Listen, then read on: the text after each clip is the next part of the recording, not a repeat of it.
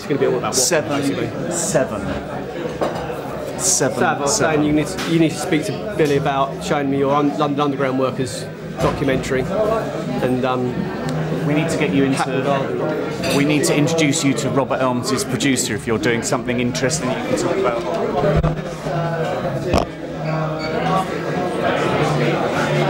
That's right. Yeah. All right. He's never mentioned he comes from Shepherd's Bush. No, he's not from Shepherd's Bush. He's from a little bit further north, isn't he? Yeah, that's a Shepherd's Bush. He was on our own. He's from here. Did he go to uni? Yeah, he went to another school.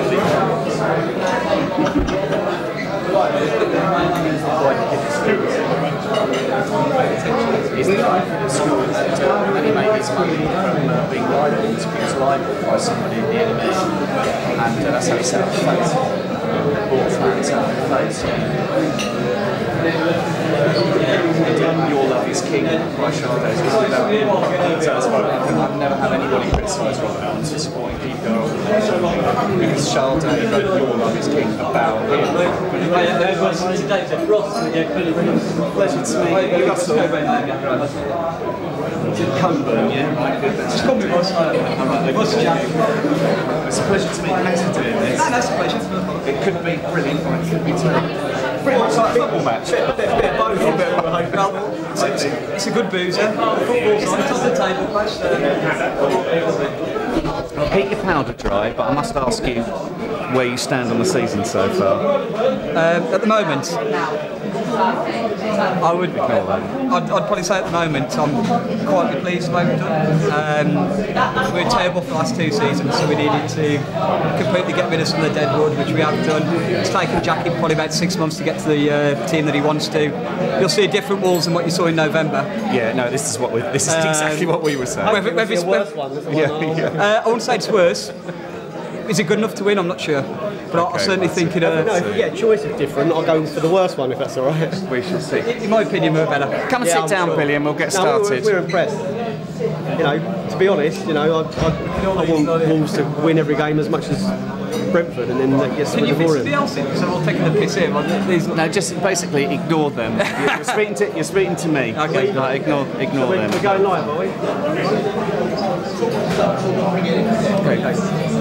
Welcome to the Beesotted Fancast. I'm Billy Reeves. I'm the Brentford correspondent for the BBC. Get in touch via the Beesotted Twitter feed. That's at Beesotted, BEESOTTED. We're in the pub just the other side of Griffin Park for the top o' the table clash between Brentford and Wolverhampton Wanderers. While everybody finishes their lunch, I'm joined on my left by Dave Lane from the Beesotted fanzine. Say hi, Dave. Hello. Russell Coburn has joined us representing the Wolverhampton Wanderers side of things. Thank you very much, Russell. It's nice to meet you. And Billy the Bee and Robert from the London Wolves will be joining us shortly when they finish their burgers. So firstly, I really want to turn to you, Russell, to tell us what we're expecting from Wolverhampton Wanderers today. I want to find out whether or not we're expecting a better or worse team than we played at the Molineux, and where you see the season presently. Okay, I think you'll see a better team than what you saw in November. I think Jackie's managed to get a lot of the players that he didn't want out. We've got Dicko up front now, who gives us a bit of pace, a ball over the top. And I genuinely think you'll see a team which is more in form, more attacking, but also got a really good solid base. Where do you stand on Kenny Jackie? I mean, we know him well in London football from his time at Millwall and Watford. Right man for the job? Do you think that seems to be how it looks from the outside? Well, after the last 2 seasons, I'd say yes. I mean, we've had an absolute nightmare, as most fans have realised. 2 relegations, awful football. We needed somebody who could come in, do a good steady job. The first 3 months wasn't pretty, but he managed to get rid of a lot of the players we didn't want, as I've already said. He started to bring players in with pace, young players. Henry Jacobs are going to be a big addition for us. And if we don't win today or we don't go up, I still think he's the man for the job next season. Okay, it makes sense. Billy the Bee joins us as well now. Hi, Billy. Hi, how you doing? From the Brentford point of view, where did it all go right? What are these boys expecting today? Because it's astonishing. 10 games in a row Brentford have won at home, which is the best run of form at home since 1935. 19 games undefeated. Mark Warburton's not lost a match. Are you freaking out? What's going right? I think we were lucky that we actually lost to Stevenage that day. We lost to Stevenage and we were having a bit of a mare, to be quite honest with you. We didn't have the greatest season in the world, you know. I think the expectations are high and we were floundering. We lost to Stevenage. Stevenage were awful. They were absolutely awful and we lost to them. And remember, Uwe Rosser locked the players in the dressing room for 90 minutes. I think you were waiting outside for your press interview with him and he literally locked them in for 90 minutes. And I think there's a load of finger pointing, he did this, you've done that, and all kicked off in the dressing room. To be fair, after that, they came out and they haven't lost the game since. So, not saying it's necessarily all about that. I think they obviously had to flush out a lot of errors. There's a lot of things that are happening. Interesting, there's a lot of things that a lot of the fans weren't happy about. You know, the fact that they used to have a particular way they used to play against with corners. They used to bring all the players back for corners. Or there was words that Uwe Rosser used to be a little bit risk averse, I think the word was. Yeah. So what's happened is that we'd go one goal up and then he'd try and defend that lead. Or even like when we went up to Wolves, which maybe he played it right. We didn't necessarily go all out for the win. We made sure that we preserved so that we didn't lose, which is fair enough. Now we've got a little bit more of a kamikaze, I think, his approach. Yeah, no, cavalier approach. Yeah. That's right. We must bring in Robert from the London Wolves. I'm Billy Reeves. Nice to meet you, Robert. Tell us about the London Wolves. Is it the supporters group, presumably? For those that don't know, what are the London Wolves?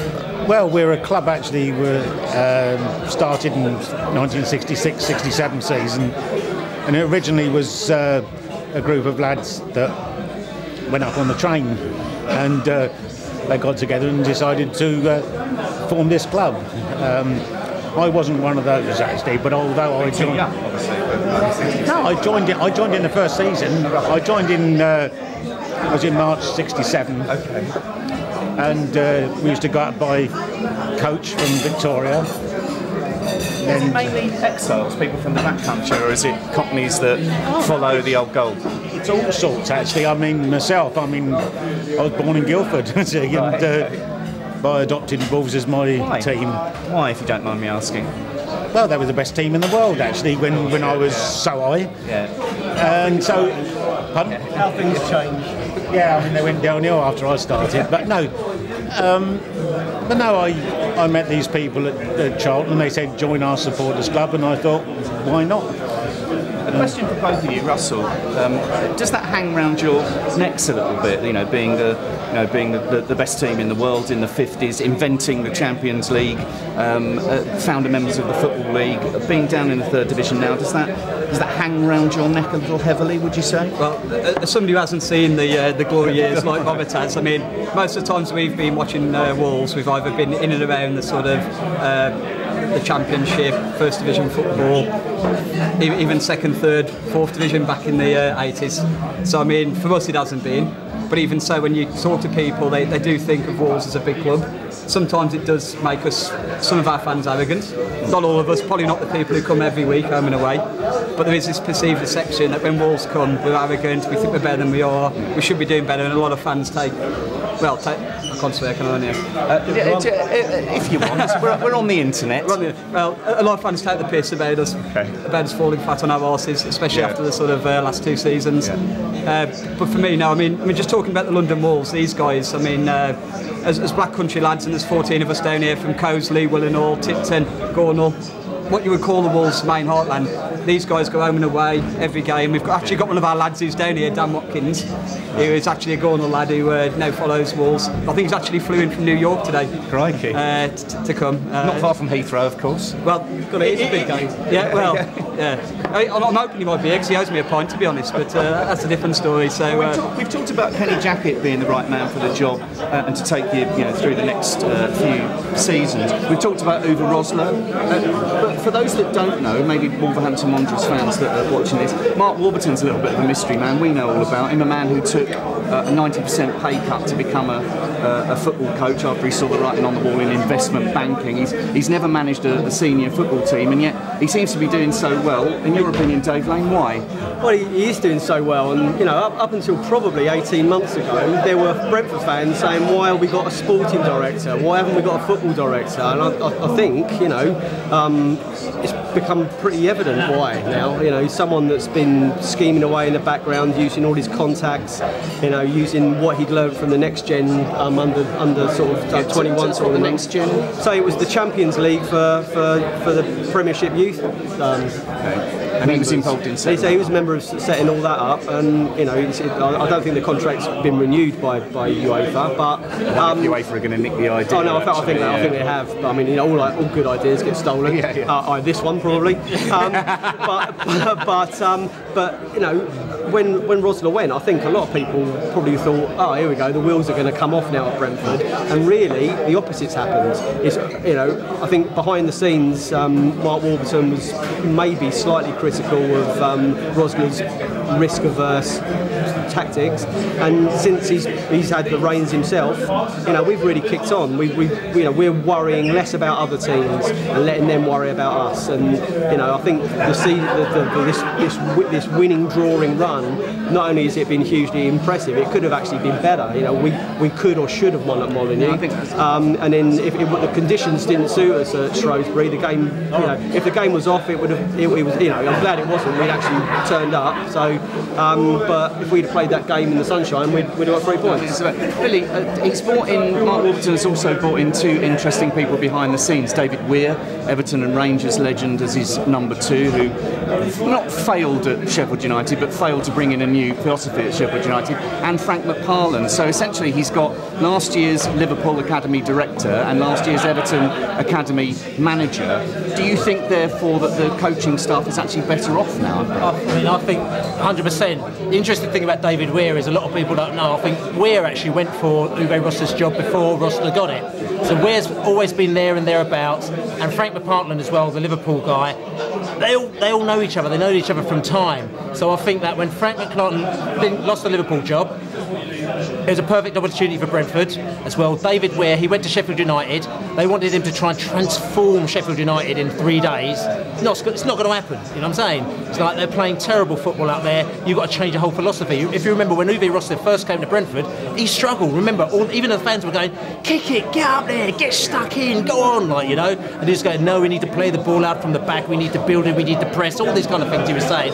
It took us about a year to get our head around that. David Weir, they're trying to do that at Sheffield United in a matter of a couple of weeks. So the fact that they sacked him, we've just gone, thank you very much. He's already got his 3-year payoff, right? So he's got his villa in wherever it is, in Tenerife or something like that, off the back of that. He can now come down to Brentford. I'm sure they wouldn't have paid him a fortune.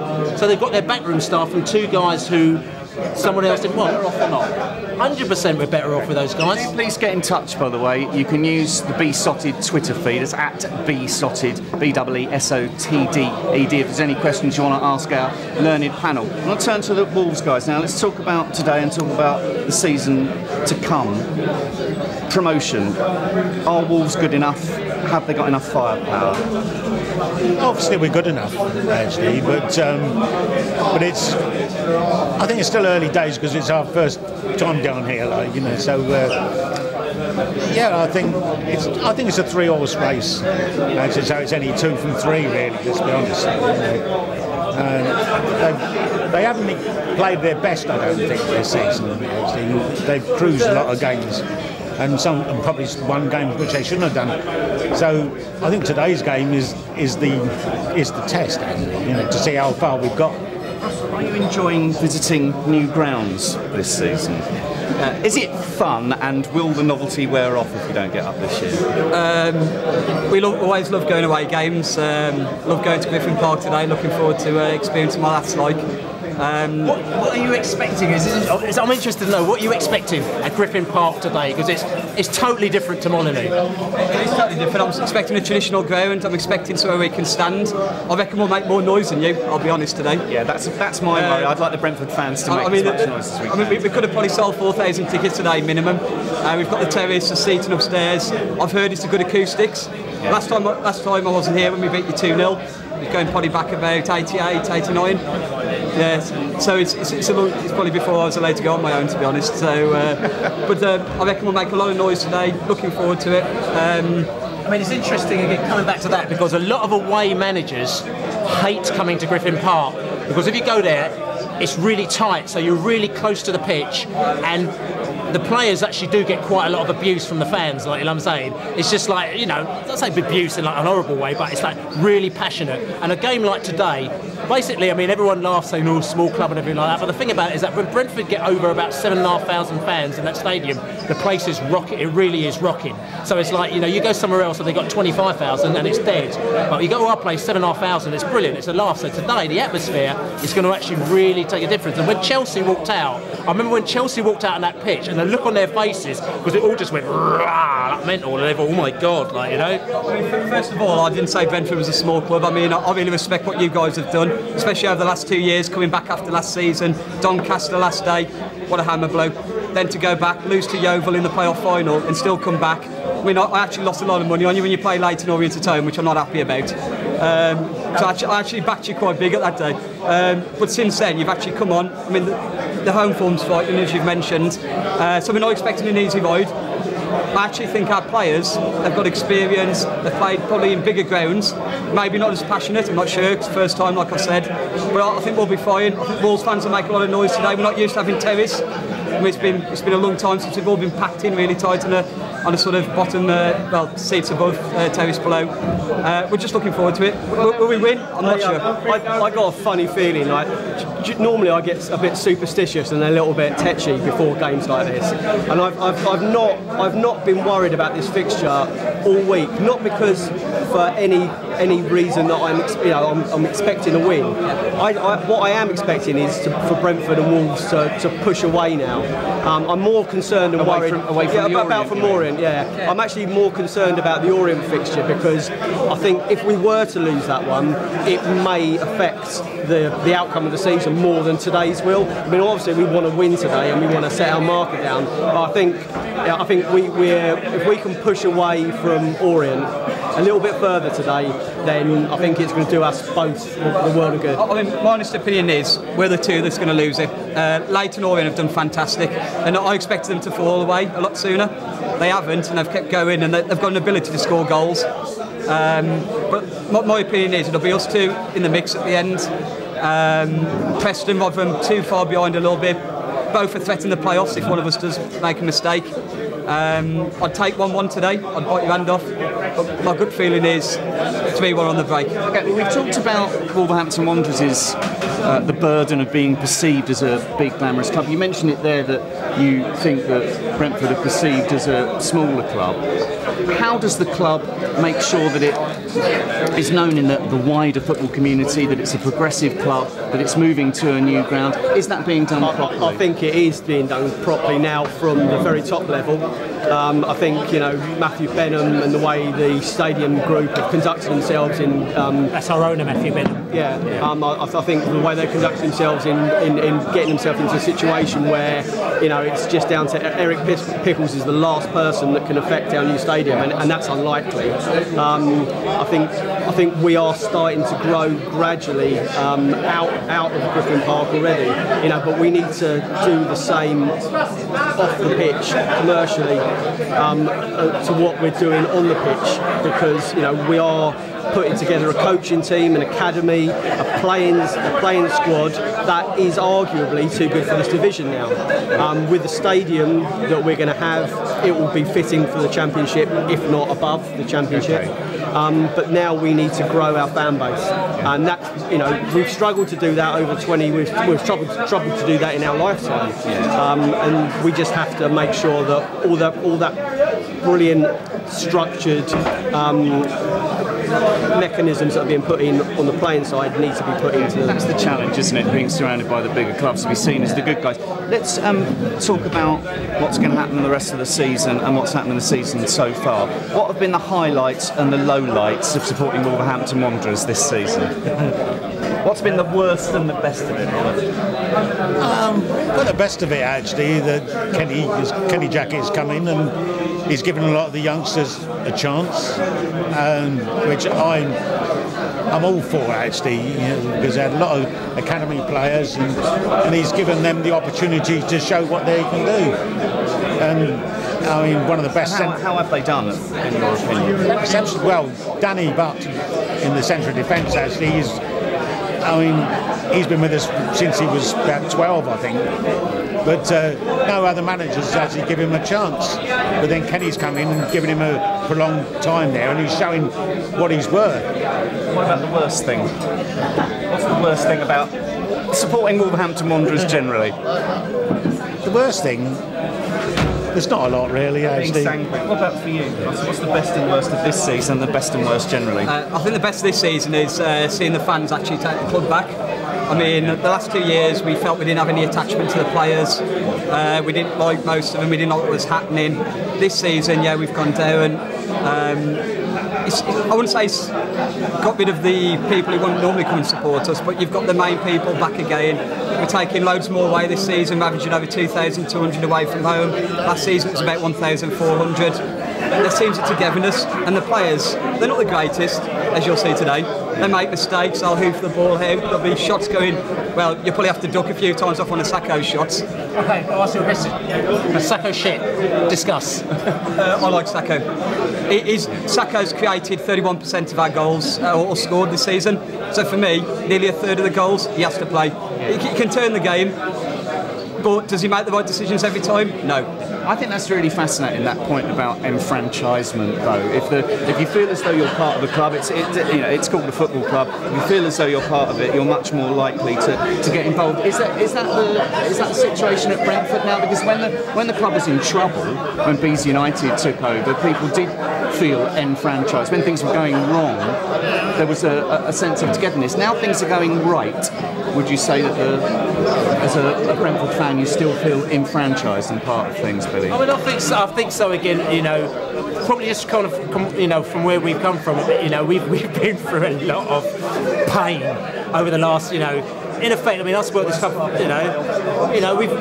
we've been in 7 playoffs, we've lost 7 playoffs, supported this club for 35 years, and we've literally been in this division for the whole time that I've been here, bar 1 or 2 divisions out of it. It's almost like you kind of get used to it, so, it sounds really bad that the football becomes secondary, but it did become secondary behind that. You had to do the pub, you all do different things, we come up with weird ideas, and there is a togetherness that comes together which binds you to the club, which keeps you going. All of a sudden you start getting the success, it doesn't mean that you lose those things, it means that you move together through it, and hopefully you can grow with it. I think the one thing with Brentford is that Brentford is quite a unique club, I think. There's all sorts of different characters here, people talk about the 4 pubs, and there's all sorts of different things about us which isn't the same as QPR or even Wolves or anything like that. And I think that for a lot of the fans, it's for us to be able to keep that uniqueness about Brentford, to be something that's special about us. The fact is that the danger that we have is that we try to get bigger, we try to kind of copy what everyone else is doing, all these other bigger clubs, and we lose that uniqueness. And I think the main thing about Brentford is that we are unique, and a lot of people like coming down there for different various reasons. We invite you guys down there because we said, look, come down, you'll have a brilliant laugh, and you will have a brilliant laugh down here. It's just different, a lot of people don't care. The move to Lionel Road, which is obviously what you guys are pushing for, as long as you keep it close, as I think you are doing, to where all the main community is. That's the key thing I love about Wolves. We may lose loads of games, we may keep being everyone's fall guy, we may fall down the leagues, but our ground is right in the middle of the centre, and you go away with your friends, you've got loads of pubs you can go to. Wolves may not be the most friendliest place, the police say, but to the people who come away, we'll welcome any away fans there, we'll have a drink with you, take you down Chapel Ash, take you around all the other good clubs, and keeping that community there close to the football ground's key. You get somewhere like Bolton, you got Reading 4 miles outside the town, it's terrible. So my advice to you guys would be, if you are going to move to Lionel Road, which it sounds like you want to, and I hope you do. Oh yeah. Then keep it close, keep it tight, and keep what you've got here. Cause you seem great, guys. I've got an interesting question for you as well. Is that there's all this rivalry in football? You know, like we hate Fulham, we hate QPR. You've got West Brom and all this kind of stuff. But at the end of the day, is your football, all sorts of different things, but is it sort of kind of related to the people that you know? So say for example, I've got QPR mates. I haven't got any Fulham mates actually, but I've got QPR mates, and I haven't got as much antagonism with QPR because the mates that I know are good mates and I like them, you know what I'm saying? With yourself as well, I'm just interested to know, you've got all this rivalry, but is it down to kind of the people that you know sort of personally, how deep your rivalry goes? I'm just interested. I think actually, you say about changing if you go up actually, and you lose your attachment to the fans. I mean, the Wolves Football Club is one of the best clubs in the world actually. I tell people we might not be the best team in the world, but the club is second to none.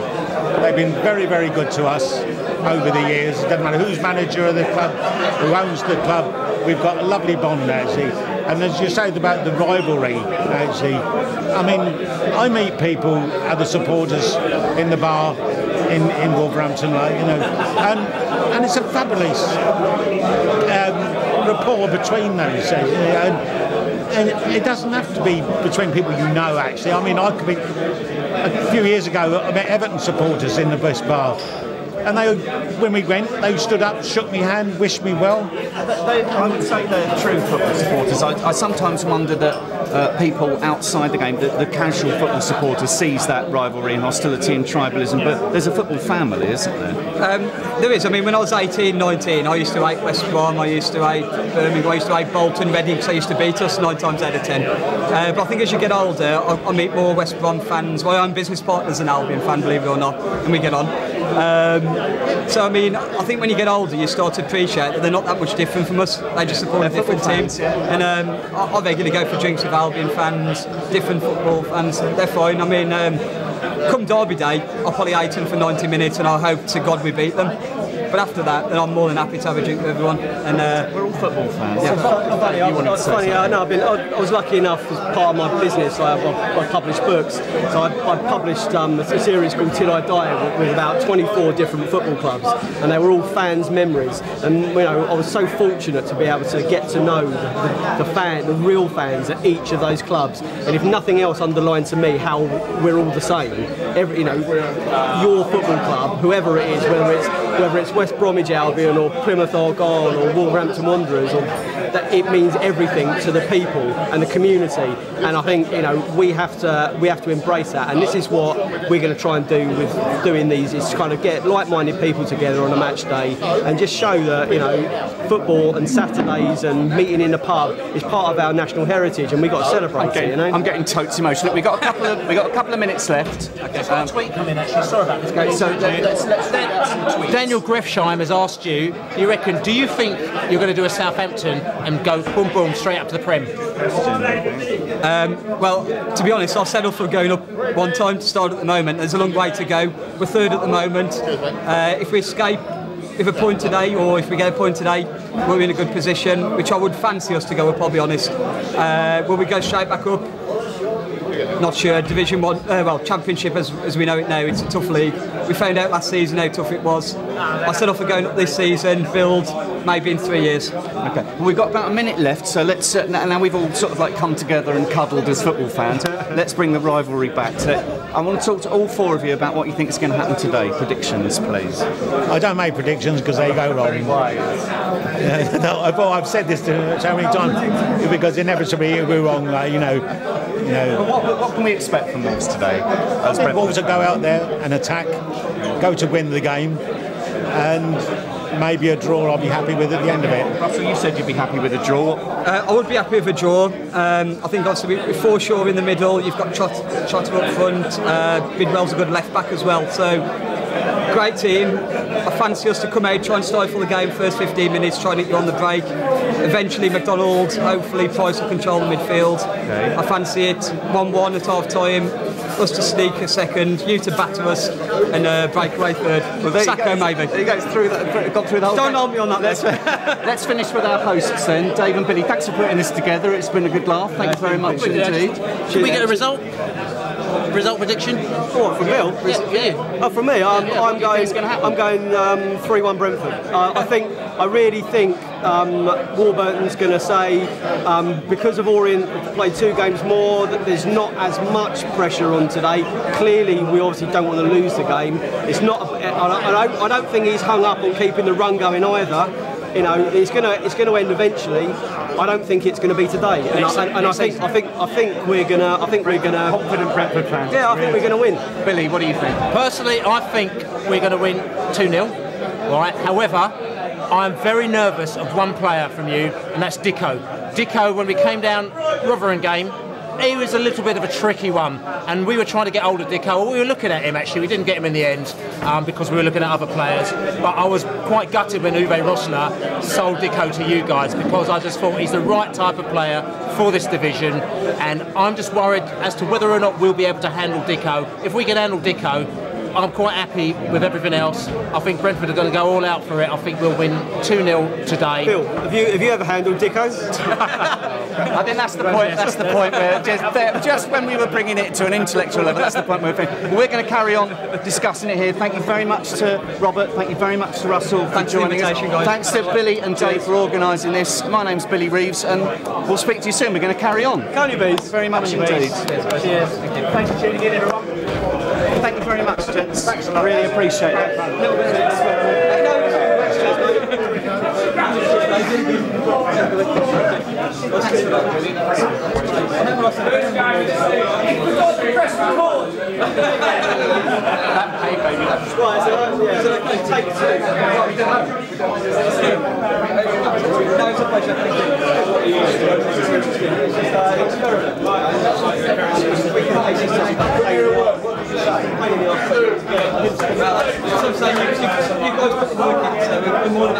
I was just a bit. We got a bit